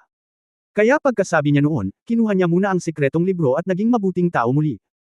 Kasabay nito, maaari itong ituring bilang pakikipagkaibigan sa binata na ito, pagpatay ng 3 ibon sa isang bato, kahit paano mo kalkulahin, hindi ito isang kawalan. Hong. Natural na naunawaan ni Dali ang kanyang iniisip, at nakangiting sinabi, si Sir ay isang senior, kaya syempre hindi ako nangangahas na pekain nito. Hindi ko lang alam kung anong sikretong libro ang pipiliin mo, Sir. Tumingin-tingin si Yan Chengde sa 4 na lihim na libro sa harap ng Hong Dali. At sa wakas ay itinuro ang isa sa mga aklat na may seryosong mukha, ito ang isa. Nang makita ito ni Hong Dali, agad siyang natuwa, Sunflower Collection. Kabanata 1,278 pagpatay ng ilang ibon gamit ang isang bato. Para sabihin na medyo nahihirapan si Yan Chengde sa pagpili ng iba pang mga sekreto, mas mabuting piliin ang Sunflower Book. Ito talaga ang rush sa Chanji Relics na nakatutok sa mga instant na pagsabog. Ito ang pinakamabilis sa mga lihim na aklat na ito. Isang trick na madaling maunawaan ng mga tao. Ito ay isang bagay na malalaman ng isang eksperto sa sandaling gumawa siya ng hakbang. Ilang pahina lang ang binuklat ni Yan Chengde at tuwang-tuwa siya. Tumayo siya sa tabi ni Hong Dali sa isang iglap at malakas na sinabi, "Lahat, nangangahas akong igaransya sa aking reputasyon na ang librong The Secret Book ng batang ito ay ganap na totoo." Pagkasabi niya nito, nagkagulo ang buong audience. Gusto mong malaman kung sino itong Yan Chengde? Iyon ang deputy leader ng Blackwater Gang. Kahit na ang Blackwater Gang ay hindi isang mayamang sekta, ito ay kilala sa buong mundo. Ngayong natiyak na niya, natural na gamaan ang loob ng lahat ng naruroon. Kaya ngayon dumating ang problema. Mayroong 4 na lihim na libro sa kabuuan. Bumili ng isa si Yan Chengde. Si Kang Yulong ang unang nakabili nito. Ngayon alam na rin niya na imposibleng pagsamahin silang lahat. Sa huli, isa lang ang mapipili niya at inalis ang Dugu Jiu. Ang lihim na aklat ng Sword. Ngayon ay 2 kopya na lamang ang natitira dito, at nakatanggap si Hong Dali ng 4,000 tael ng pilak. Tumingin ang Diyosa ng karunungan habang nakabuka ang bibig. Kahit nasa kanyang karunungan, hindi niya akalain na si Hong Dali, isang alibughang anak, ay talagang kikita ng napakalaki ang kabuoang halaga ng 4 na aklat na ito ay 1.5 tael ng pilak lamang. Magbabayad ako ng 3,000 tael para sa kanila. Ang 18 palad ng pagsuko sa dragon. Sa oras na ito, alam din ng lahat sa karamihan na kung hindi sila magmadali ay maaaring hindi nila maiinom ang sabaw, kaya mabilis nilang inalok ang presyo, bibigyan kita ng 4,000 tael. 5,000 taels. Ang pera ay laging madaling hanapin ngunit ang mga sikreto ay mahirap hanapin. Kung talagang mayroong isang sikretong aklat, ano pa ang silbi ng ilang libong tael ng pilak? Kahit na isa lamang ang pandaraya sa sikretong aklat na ito, huwag kalimutan na sa maraming pagkakataon ay isang pandaraya lamang ang makapagliligtas sa iyong buhay. Ang buong eksena ay agad na naging magulo, at maraming tao ang nag-iisip kung paano sasamantalahin ang Hong Dali. Ngunit hindi nag-alala si Hong Dali. Ang pinakamagandang bagay tungkol sa kanyang paraan ng paggawa ng pera ay malinaw na minarkahan ang presyo. Maraming mga pagkakataon kapag ang mga tao ay nakakakita ng walang katulad na martial arts, sila ay may posibilidad na mainggit. Gusto kong makuha ito sa lahat ng mga gastos, kahit na sumilip ako. Ngunit ito ay iba para kay Hong Dali. Naglagay na lang siya ng presyo at ibinenta, para walang ikahiya na gumawa ng anuman sa kanya hindi kayang mawalan ng mukha ang mga mayayaman, kaya mas mainam na bilhin na lang nila ito kung may oras silang matalo. Hindi siya kayang talunin ng pera. Bilang resulta, ang huling 2 lihim na aklat, bawat isa ay naglalaman ng 8,000 tael ng pilak, ay kinuha ng isang tao.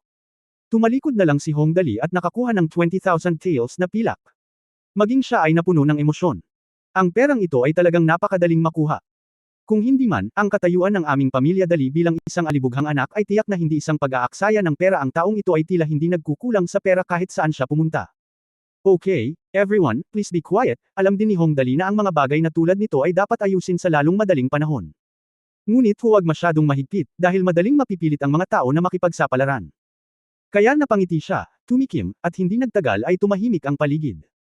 Nakangiting sabi ni Hong Dali, huwag kang mag-alala tungkol sa mga sekreto. Marami pa mamaya. Plano kong pumunta sa Martial God Palace kasama ka. May magbabantay din sa iyo sa daan, kaya... Haha, ang presyo ay malinaw na nakamarka, 2,000 tael ng pilak bawat galaw. Kung gaano karami ang matututuhan mo, depende ito sa iyong kakayahan. Oo, 2,000 taels per move daw. Alam ng lahat na ito ang panimulang presyo, at mahirap sabihin kung magkano ang makukuha mo. Pero at least may idea ako. Ang mga tao ay tumugon sa isang iglap, at ngayon ay tumingin kay Hong Dali na parang Diyos ng kayamanan. Para naman kina Jiang Lili at Kang Yulong, na gumawa ng aksyon noon, natural na handa silang gampanan ang papel ng walang kabuluhan ni Hong Dali. Sinundan nila si Hong Dali at pinagsilbihan siyang mabuti. Ang Diyosa ng karunungan ay hindi nakaimik ang matandang ito ay talagang makakahanap ka ng mga manloloko saan ka man magpunta. Ngayon na ang Hong Dali ay isang lihim na mamamakyaw ng libro, ang Wanshan Town ay naging masigla sa isang iglap. Si Hong Dali ay nagyaya para sa iyo habang nasa daan, at puno siya ng estilo. Kuya Dali, ikaw mangyaring mauna, ito ang pinakamagandang tindahan ng damit sa Wanshan Town. Naghahanda kaming lahat sa labas. Pumunta na si Kuya Dali para pumili ng damit. Kung siya ay nasa mabuting kalooban, maaari siyang magsulat ng ilang mga lihim para sa lahat pagkatapos niyang lumabas. Tandaan na huwag kang maingay. Kaya pinangunahan ni Hong Dali ang Diyosa ng karunungan sa unahan, na sinundan ng isang malaking grupo ng mga tao na naghihintay sa kanya na magsulat ng ilang mga lihim na aklat na ibebenta kapag siya ay masaya. Pagkatapos nitong malaking bilog, bumalik siya sa inn. Sabik na hintayin ni Huming si Hong Dali, ngunit biglang bumukas ang pinto ng inn, at naunang pumasok ang dalawa. Natigilan si Huming nang makita niya ito, at pagkatapos ay tuwang-tuwa siya, kapatid na Jiang, kapatid na Kang, anong uri ng hangin ang nagdadala sa inyong dalawa rito? Halika, maupo ka dali. Pagkatapos ay tinawag niya ang waiter, ihain ang alak. Gayunpaman, sina Jiang Lizu at Kang Yulong ay hindi umupo, kaya lumipat sila sa gilid. at nagpalit si Hongdali ng mga lokal na damit kasama ang Diyosa ng karunungan. Bitbit pa rin ang pakete sa kanyang mga balikat, nakangiting pumasok.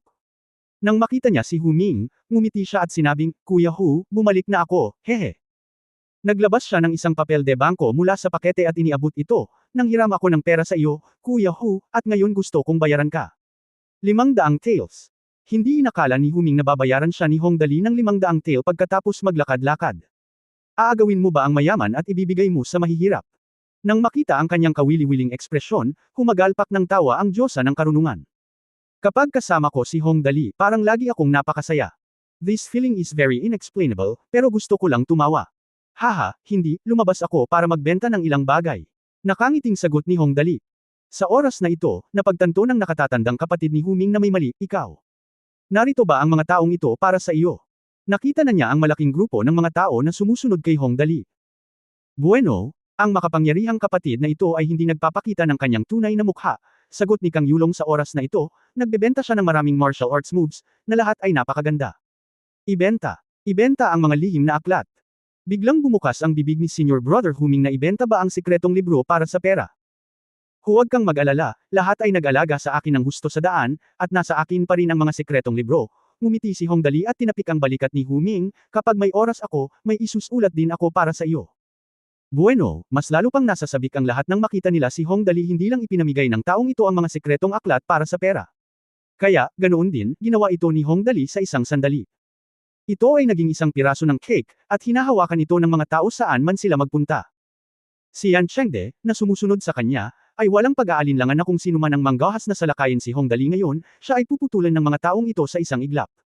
Ang taong ito, ang Goddess of Wisdom ay gustong tumawa ng malakas, ngunit pilit na pinipigilan, siya ay talagang mahusay sa pagkalkula. Sa ganitong paraan, hindi mo kailangang mag-alala tungkol sa mga isyu sa kaligtasan. Ang naisip niya ay talagang tama, bahagi rin ito ng plano ni Hongdali. Ang isang bato ay pumapatay ng 2 ibon gamit ang isang bato. Sinong nagsabing mawawalan lang ng pamilya ang ating Hongdali? Kabanata 1299 na Tianjun Lingfeng. Pagkatapos magayos muli sa Wanshan Town, si Hongdali at ang kanyang partido ay pumunta sa Martial God Palace. Pagkatapos umalis sa Wanshan Town, naglakad kami hanggang sa Timog Silangan. Matapos malagpasan ang hangganan na 30 milya ang layo, narating namin ang sphere of influence ng Wushen Palace. Sa oras na ito, parami ng parami ang mga tao mula sa mga ilog at lawa na nagmula sa lahat ng dako. Sa una, paminsan-minsan ay nakakakilala kami ng 1 dosina o 20 tao. Habang lumalayo kami, mas marami kaming nakilala. Nang pumasok kami sa maliit na kalsada sa pagitan ng mga bundok at kagubatan, nakasalubong namin ang bawat ilang daang tao. Ilang metro ang layo, isang grupo ng mga tao mula sa lahat ng antas ng pamumuhay ang nagtayo ng kampo. Mukhang may laks-laks ang tao doon. Sa pagkakataong ito, lahat ng tao sa Jiangho ay pinalibutan at pinigilan ng Wushen Palace. Tila ito ay isang bihirang kaganapan sa Jiangho sa mga nakaraang taon. Naglakad si Hongdali at nanood, at lihim na nakalkula sa kanyang puso na kung ito ay batay sa sukat na ito at maghintay hanggang sa Wushen Palace, maaaring hindi ganoon kadali ang mga bagay. Ang Lingfeng na ito ay kahanga-hanga. Ang Diyosa ng karunungan ay nakakita ng malakas na hangin at alon. Nang makita ang ganoong sitwasyon sa oras na ito, lihim din siyang pinagpapawisan para kay Lingfeng, ang master ng Martial God Palace. Sa harap ng napakaraming tao na pumupunta upang kabkuban at supilan, wala siyang sinabing kahit ano. Iwasan muna natin ang gilid sa ngayon. Mukhang napakahusay ng mga kahalili ni Tang Xin, natigilan din si Hongdali. Sa kanyang opinyon, kahit na ang mga taong ito mula sa mundo ay gumawa ng appointment sa isa't isa, malamang na hindi sila darating ng napakarami. Ang grupo ay patuloy na sumulong, naglalakad ng 1 pang dosenang milya ng kalsada sa bundok, dumaan sa isang kagubatan, at umaakyat ng 7 o 800 batong hakbang. Biglang bumukas ang paningin, at lumitaw ang isang malaking plataporma sa harap ni Hongdali. Maraming tao ang nakatayo sa entablado sa dilim, hindi bababa sa 3 hanggang 4,000 tao. Gayunpaman, napakalaki ng plataporma na kahit 3 o 4,000 tao ang nakatayo roon, hindi ito masikip. Sa paghusga mula sa material ng platform na ito, dapat itong gawin ng malalaking bato, na may malalaking pader ng bato sa magkabilang panig. Ang tarangkahan ay gawa rin sa malalaking bato. May isang malaking bato na nakalatag sa kabila nito na may nakasulat na 3 karakter na, Martial God Palace. Ang ganoong gusali. Ito ay mukhang medyo sinaunang at partikular na kamanghamanghang.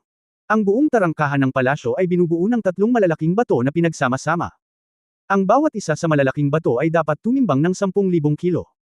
Nako, kamangha-mangha, bulalas ni Hongdali, upang makapagtayo ng napakagandang gate ng bundok sa gayong mundo, ang Martial God Palace na ito ay talagang napakahusay. Ang martial arts-like world ay iba sa orihinal na mundo ni Hong Dali. Hindi ko alam kung paano nagkasama. Sa oras na ito, nagtipon ang mga tao sa palibot ng Shite Square, lahat ay may hawak na mga sandata at nakatingin sa tarangkahan ng Martial God Palace. Ang pangunahing bulwagan ng Wushen Palace ay isang solid wood building, mga 30 metro ang taas. Nahahati ito sa 5 palapag at napakaganda. Gayunpaman, ang pinto ng palasyo ay sarado sa oras na ito at ang sitwasyon sa loob ay hindi malinaw na nakikita. Ngunit para sa napakalaking palasyo, walang tao doon, kahit isang utusan na nagwawalis ng sahig ay hindi nakikita. Brother Hu, hinailan ni Hong Dali si Huming. Nagtanong siya sa mahinang boses, ang napakalaking Martial God Palace ay wala man lang mga katulong. Brother Dali, wala kang alam, bamantong hininga si Huming at sinabi, sa mundong ito, mayroong 36 na kuweba at 72 pinagpalang lugar, itong Martial God. Ang palasyong ito ay nag-iisang sumasakop sa 2 sa mga kuweba at sa 6 na pinagpalang lupain, at noon pa man ay ang pinakamataas na martial arts na banal na lupain sa buong mundo. Disipulo, at isang lingkod na si Master Ling Feng, ang Heavenly Lord ng unang henerasyon, ay umakyat, at siya lamang at ang kanyang mga lingkod ang natitira, tumingin si Huming sa paligid. Bamulong siya, kung hindi, kahit na 10 beses na mas maraming tao dito, malamang na hindi sila maglalakas loob na pumunta dito at sumigaw kasama ang mga tao ng Martial God Palace. Hindi gaanong pinansin ni Hong Dali ang iba, ngunit ang pag-akyat na binanggit ni Huming ay nakakuha ng atensyon ni Hong Dali, pag-akyat. Maging isang immortal. Hindi yun totoo, umiling si Huming at sinabing, ang natatanging sekretong aklat ng Wushen Palace na, The Record of the Blood Emperor of the Ancient World, kung magsasanay ka sa tuktok, maaari kang umakyat sa isang araw. Walang nakakaalam kung saan pupunta. Anyway, ito ay napakalakas. Iyon lang, ayon sa alamat, ito ay tila katulad ng pagiging isang, dugo na record, sa kasamaang palad. Nakaraan, at walang nakakita nito muli, sayang. Sinabi niya ito nang walang katapusang kapanglawan. Well, kapag sinabi mo ito, naiintindihan ni Hong Dali. Sa madaling salita, ito ay halos kapareho ng noong siya ay lumabas sa lupa. Sa pamamagitan ng pagsasanay sa The Record of the Ancient Blood Emperor, kung magsasanay ka sa isang tiyak na antas, maaari kang pumasok sa susunod na mundo, nakatumbas ng relasyon mula sa lupa patungo sa Galaxy Alliance kung hindi, malamang na hindi makakasali si Yun Qingfeng sa digmaan sa eroplano. Ang problema ngayon ay alam ni Hong Dali ang tungkol sa The Record of the Prehistoric Blood Emperor. Bulong ni Hong Dali habang nagkukumpulan ng mga tao doon. 10,000 tao ang nagtipon sa Shite Square. Naghiwalay ang karamihan ng sila ay neutral. 7 o 8 pinuno ang tumayo sa harapan ng karamihan at nagsimulang sumigaw ng ligaw sa pangunahing tarangkahan ng Martial God Palace. Ling Feng, lumabas ka at mamatay. Ling Feng, marami kang nagawang masasamang bagay at puno ng kasamaan, bakit hindi ka magpakita para mapugutan ng ulo? Ling Feng, ang 10,000 taon ng Martial God Palace ay malapit nang masira sa iyong mga kamay. Kung mabilis kang magpakita at mamatay, maaari pa rin naming panatilihing buo ang iyong katawan, at ang Martial God Palace na ito ay hindi ganap na masusunog. Oo, Ling Feng, kung lumabas ka ng mas maaga at namatay, ang iyong titulo ng Tianjin ay hindi magiging walang kabuluhan. Mamatay ka sana bilang bayani, pero ayaw mong masira ang reputasyon mo. Isang pagsabog ng walang kapantay na galit. Ang mga sigaw ay nanggaling sa karamihan, ngunit walang nang ahas na manguna at pumasok sa pangunahing bulwagan ng Martial God Palace, na 100 metro sa harapan nila. Dahil hindi sila nangangahas. Ang unang taong makapasok sa pangunahing bulwagan ay tiyak na papatayin ng dumadagandong na galit ni Tianjun Lingfeng. Pagkatapos maghiyawan ng mga taong ito, biglang tumahimik ang buong eksena, naghihintay ng reaksyon mula sa Martial God Palace. Boom! Sa sandaling ito, ang pinto ng Wushen Palace, na tumitimbang ng ilang kilo, ay dahan-daang bumukas ng walang anumang paggalaw sa hangin. Isang tao ang dahan-daang lumabas mula sa loob. Ang lalaki ay may mahabang itim na balabal sa buhok, at nakasuot ng maitim na kulay ube na damit, na may itim na balabal na lumilipad sa likuran niya. Alam ni Hong Dali sa isang sulyap lang na ang taong ito ay tiyak na si Jun Lingfeng noong araw na iyon. Kung titingnan ang kanyang mga damit, halos kapareho siya ni Tang Xin, eksaktong kapareho makikita na ang Lingfeng na ito ay dapat ituring si Tang Xin bilang kanyang idolo, at talagang walang diskwento. Sa pag-iisip nito, lalong naging curious si Hong Dali mamamaskara ba ng isang nayon ang gayong tao. Anyway, base sa relasyon niya kay Tang Xin, kailangan pa ring tawagin ni Lingfeng ang kanyang sarili na Master Uncle, Ancestor. Hindi ko alam kung ilang henerasyon na siya ng Master Uncle, kaya kailangan niyang tumulong sa bagay na ito ngayon. Kayo ay may napakalakas na tono, humakbang pasulong si Lingfeng. Ang kanyang paggalaw ay tila napakabagal, ngunit ito ay tila tumatak sa puso ng lahat ng naruroon. Tumama ang mga yabag sa lupa. Parang nanginginig ang buong mundo. Halos lahat ng nasa audience ay medyo hindi makatayo, lumulutang ang kanilang mga paa, at nagkatinginan sila sa gulat. 2 o 3 tao lang sa audience ang hindi maapektuhan. Ang City Square ng Wushen Palace, na orihinal na kasing ingay ng isang palengke ng gulay, ay biglang tumahimik, at maririnig mo ang pagbagsak ng karayom. Si Ling Feng ay sinulyapan ng halos 10,000 tao sa buong plaza, at minisyon niya, si Ling ay hindi nakatapak sa Jiangho sa nakalipas na 40 taon. Sa palagay mo ba ay walang tao sa ating Martial God Palace? Ang kanyang mga salita ay yumanig sa mundo, at ang malaking presyon ay kumalat. Ang hangin ay agad na naging parang malapot na latian, at ang ilang mga disipulo mula sa iba't ibang sekta na may hindi gaanong kasanayan ay hindi man lang nakayanan ang kapangyarihan ng kanyang mga salita, bumubula ang bibig at sunod-sunod na bumagsak sa lupa. Walang huwad na tao sa ilalim ng gayong dakilang reputasyon. Sa sandaling lumitaw si Ling Feng sa entablado, dinaig ng kanyang momentum ang lahat ng naroroon. Kitang-kita ang kamahalan ng makalangit na Panginoon. Matingkad na ngumiti si Hong Dali at sinabing, bagaman ang kanyang lakas ay hindi katulad ng kay Tang Xin, ang kanyang aura ay eksaktong pareho. Ang aking maliit na pamangkin ay medyo magaling sa pagpapamalas. Since ang mga tao mula sa iba't ibang sekta ay nang ahas na lumapit, natural na hindi sila maloloko. Natakot si Ling Feng sa isang salita, at isang malakas na lalaki na may hawak na espada sa karamihan na mukhang 50 taong gulang ay nagsabi, Ling Feng, 156 na taga-nayon sa Tongcheng Village ang pinatay magdamag, ikaw ba? Pumunta sila dito sa ilalim ng bandila ng pagpatay sa langit na Panginoon at paggawa ng hustisya para sa langit.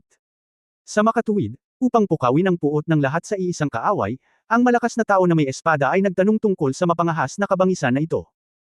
Bahagyang tumingin si Ling Feng sa taong ito, na may mapanghamak na ngiti sa kanyang mga labi, at mahinang nagsabi, ang gitnang chi ay sapat na, ngunit ang ibabang bahagi ng katawan ay walang laman. Ang chi sa mga templo ay malabo na hindi matatag, ang shanting point sa tuktok ng ulo ay bahagyang pula, ang giant spirit sword na iyong nilinang lamang sa ikapitong antas ng iyong espiritualidad. Hindi ko lang alam kung sino ka, Yan Chengping. Ang mandirigmang ito na may hawak ng espada ay isang higanti. Mayroong 9 na antas sa Spirit Sword record, at ang isang tulad niya na maaaring mag-cultivate hanggang sa ikapitong antas ay itinuturing na napakatalino, at palagi niyang itinuturing siyang trump card. Sino ang mag-aakala na makikita ni Ling Feng ang kanyang huling trumpo sa isang sulyap, at ang kanyang mukha ay namutla. Nakaramdam ng pagkabalisa sa kanyang puso, sinabi niya sa nanginginig na boses, ako si Yan Lingxing, Yan Chengping. Ang aking ama. Walang kapalit. Malamig na nag-iwan ng gayong nakakasakit na komento, masayang sinabi ni Ling Feng, dagdag pa sa pagnanais, walang dahilan para sa krimen. Kung sasabihin mong ginawa ito ni Ling, kung gayon ito ay ginawa ni Ling. Kaya ano? Sa oras na ito, may isa pang nagtanong, may 76 na tao sa Shifang Gate, at ang buong pinto ay natatakpan ng mga kubrekama. Ito ba ang pagpatay sa iyo? Malamig na sumangot si Ling Feng, tama. Si Mr. Liu mula sa Zihei County ay isang mabait na tao, ngunit siya ay sinaksak hanggang sa mamatay ng palihim. Oo. Nagkaroon ng malaking baha sa Dingyang County, at walang ani. Nagbukas si Hidagwa ng isang bodega para maglabas ng butil, ngunit pinatay siya sa araw ng pagpapalabas ng butil. Ikaw ba ang may gawa nito? Oo. Nagkaroon na ng kaguluhan sa ibaba. Naghihintay pa rin ang lalaki na magtanong muli, ngunit naiinip si Ling Feng, at sinabing, napakaraming krimen sa ulo ni Ling, bakit ka mag-abala sa napakaraming palusot tulad ng biyenan at biyenan? Hindi na malaking bagay para sa iyo ang pagnanasa sa 3 sikretong kodigo ng aking Martial God Palace. Mga lihim, kung gusto mo, wala kang dapat gawin, wala kang dapat gawin. Sa puntong ito, sa wakas ay naunawaan ni Hong Dali na ang mga taong ito ay sinusubukan lamang na agawin ng lihim na aklat sa ilalim ng pagkukunwari ng paggawa ng hustisya para sa langit. Marengel niyang sinabi ito, at agad na hinayla ang Diyosa ng karunungan pasulong ng ilang hakbang, at nakangiting sinabi kay Ling Feng, Kuya Ling, hello, hey, Hong Dali ang pangalan ko, hindi ko alam, Kuya Tang Xin, kilala mo ba si Brother Ling? Kabanata 1300, mga tala ng emperador ng dugo. Hindi inaasahan ng lahat na naruroon na may makikipagrelasyon kay Ling Feng sa oras na ito. Dapat mong malaman na mayroon pa rin silang 10,000 tao. 10,000 laban sa isa ay isang siguradong panalo na sitwasyon. Gaano man kalakas si Ling Feng, isa lang siyang tao. Kahit na siya ay isang langgam na ngumunguya ng isang elepante, maaari niya itong patayin kapag siya ay pagod. Pagod na siya, ngunit sa sandaling ito, may humakbang pasulong upang tumayo sa gilid ni Ling Feng. Hindi kaya masyadong matagal ang buhay niya. Kuya Dali, ikaw. Si Huming ay natigilan din. Naisip niya na baka pumunta lang si Hong Dali para makita ang kasiyahan, ngunit ngayon ay tumakbo sa kabilang panig ang isang taong pumunta para makita ang saya, na medyo hindi nararapat. Nagulat din sina Kang Yulong at Jiang Lili sa gilid at nagsabi, Brother Dali, hindi ito oras para magbiro, bumalik ka kaagad. Si Hong Dali ay isang taong nakakaunawa sa walang salita na libro, lalo na kapag nakasulat ang kanyang mga galaw. Paglabas para sa takeout, walang gustong mamatay dito na may napakagandang mobile secret, kaya saglit, lahat ng naroroon na nakakaalam ng magic ni Hong Dali ay huminahon at nagplanong maghintay at tingnan kung ano ang mangyayari. Ang nakababatang kapatid na ito ay may napakalakas na tono. Sinulyapan ni Ling Feng si Hong Dali, ngunit hindi siya nagalit. Bahagya lang siyang nagulat nang mapatingin siya sa Diyosa ng Karunungan. Halata na sa kanyang pananaw, pakiramdam niya ay ang Diyosa ng Karunungan ang tanging nakita niya sa kanyang buhay. Ngunit ang Tianjun ay Tianjun kung tutuusin. Matapos bahagyang magulat, ngumiti siya at sinabing, ibig bang sabihin ay kilala ng nakababatang kapatid ang ating ninuno. Ang Wushen Palace ay itinatag ni Yun Qingfeng, ngunit naging tanyag ito noong panahon ng Tang Xin. Sa makatuwid, tama ang pagtawag ni Ling Feng kay Tang Xin bilang patriarch. Karamihan sa mga taong naruroon ay alam na si Tang Xin ang numero unong master ng kontemporaryong panahon libu-libong taon na ang nakalilipas, at ang kanyang mga nagawa ay hindi pa rin mapapantayin. Gayunpaman, sa paghusga sa oras, walang paraan na maiuugnay si Hong Dali kay Tang Xin. Hehe, mas komplikado ang bagay na ito. Pero, komandat si Hong Dali kay Ling Feng. Ulong siya, pero nakita ko na talaga siya, hehe. Oh, napakababa ng boses ni Hong Dali. Matapos marinig ito, hindi na nagtanong pa si Ling Feng. Mahina lang niyang sinabi, at saka sinabing, tama. Nakakatuwa, kaya tumayo ka na lang sa likod ko, para hindi masaktan. Ang mahigit 10,000 martial artist na nasa harapan niya ay tila hindi niya siniseryoso. Inayos niya si Hong Dali at sabay-sabay na humakbang pasulong, at sinabing, kung mayroon ka pang kalokohan, sabihin mo lang. Kung hindi mo ito gagawin, laging napupuot si Ling sa gulo. Amataba, mabuti, maganda. Malaya at madali si Donor Ling, yun lang, lao na bagamat hindi siya talentado, ito ay tulad ng sinabi ni Benefactor Ling. Retorika lang ito at nakakasama ng loob. Bakit hindi mo muna ako hayaang kausapin si Benefactor Ling tungkol dito? Ano ang ginagawa ni Ling? Akala ko ba ang taong ito? Siya ay isang mahusay na monghe na may siyam na singsing na galo sa kanyang ulo, kulay abong kilay na nakasabit halos sa mga sulok ng kanyang bibig, at isang string ng madilim na pulang kwintas na kahoy sa kanyang leeg. Puno ng kabaitan ang mukha niya. Ang ugali ng isang kilalang monghe. At isa siya sa ilang 2 o 3 tao na hindi pa naapektuhan ng sipa ni Ling Feng noon. Tumingin si Ling Feng sa dakilang monghe at bahagyang tumango. Sa pagpapahayag ng kanyang pagsang-ayon, nakangiti niyang sinabi, si Master ay medyo maunawain. Ang mga kilay ni Master Guan ay umabot sa sulok ng kanyang mga labi, at siya ay umabot sa napakataas na antas sa pagsasanay sa Baochan Nian Scroll. Siguro kung sino si Master Baolei para sa iyo. Pinagsalikop ng dakilang monghe ang kanyang mga kamay. Yumuko siya kay Ling Feng at sinabi, Amataba, siya ang aking guro. Ang kaawa-awang monghe ay ang unang disipulo ng aking guro, at ang kanyang dharma na pangalan ay Yuanmi. Sinabi ni Ling Feng ng biyaya, at sinabing, ang karakter ni Master Baolei, palaging hinahangaan siya ni Ling. Masikip. Yuanmi ay muling yumuko at sinabi, salamat, Master Ling, sa iyong mga papuri. Nagpatuloy si Ling Feng dahil si Master Yuanmi ay disipulo ni Master Baolei, binubuli ni Ling ang nakababata. Pinagmamasdan si Ling Feng na iniunat ang kanyang mga paa at gumuhit ng bilog sa lupa, dahan-dahan siyang tumayo at sinabing nakangiti, ngayon ay ibibigay ni Ling kay Master ang kamay.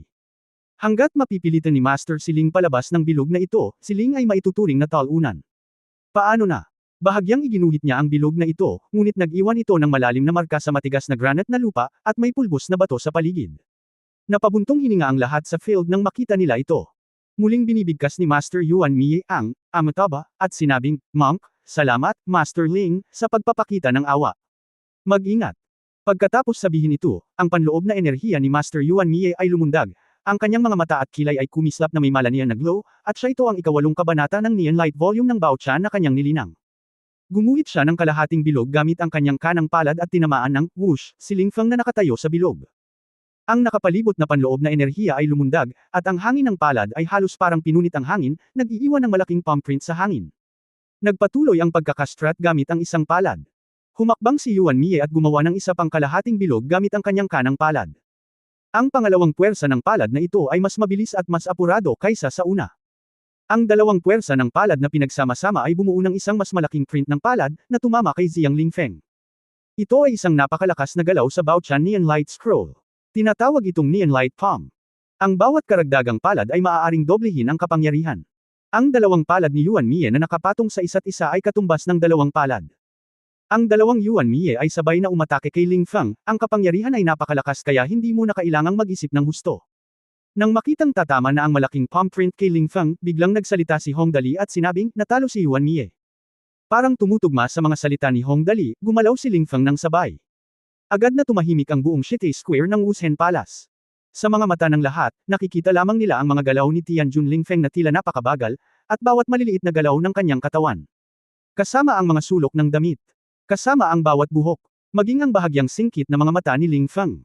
Hinawakan ni Ling Feng ang kanyang kaliwang kamay sa likod, dahan-daang itinaas ang kanyang kanang kamay, itinutok sa gitna ng print ng palad ni Yuan Mie, at bahagyang itinuro. Ang panloob na enerhiya ay sumisikat. Ang malaking marka ng palad ay nasa harap ng daliri ni Ling Feng na nagpapahirap sa pag-usad. Bu! Ang isang bahagyang tunog ay parang isang bula na sumasabog, at ang malaki at makapangyarihang mga neon palm print ay nawala sa hangin ng ganoon lang. Napaatras si Yuan Mie Kuang, ang kanyang mukha ay namutla, at isang bakas ng matengkad na pulang dugo ang dahan-daang damaloy sa sulok ng kanyang bibig. Si Ling Feng ay nanatiling hindi gumagalaw. Halos lahat sa audience ay hindi makapaniwala sa kanilang mga mata. Si Master Yuan Mie, na nagreranggo ng hindi bababa sa nangungunang 10 kabilang sa halos 10,000 katao na naruroon, ay talagang nabigo na gumawa ng isang hakbang kahit na binigyan siya ni Ling Feng ng isang hakbang, at natalo at nasugatan. Tumango si Hong Dali sa gilid at nagsabi, "Hehe, ito talaga ang hakbang na ito." Nakita na ni Hong Dali ang eksena noon nang magsimulang mag-away si Tang Xin at ang demonyong hari ng angkan ng demonyo. Ang eksena ay katulad nito, ngunit ang kapangyarihan ay hindi pareho. Magsalita. Matapos talunin si Yuan Mie sa isang galaw, lumingon si Ling Feng, tumingin kay Hong Dali, at nagtanong ng kakaiba, nakilala mo na ba talaga si Patriarch Tang Xin? Bueno, sabihin natin iyon, nakangiting tumango si Hong Dali at sinabing, si Brother Tang ay may magandang relasyon sa akin, at tinuruan pa niya ako ng isang set ng mga pagsasanay na tinatawag na, The Record of the Ancient Blood Emperor, ngunit hindi ko pa ito nasanay, hehe. Nang sabihin ito ni Hong Dali, nagkagulo ang buong lugar. End of this chapter.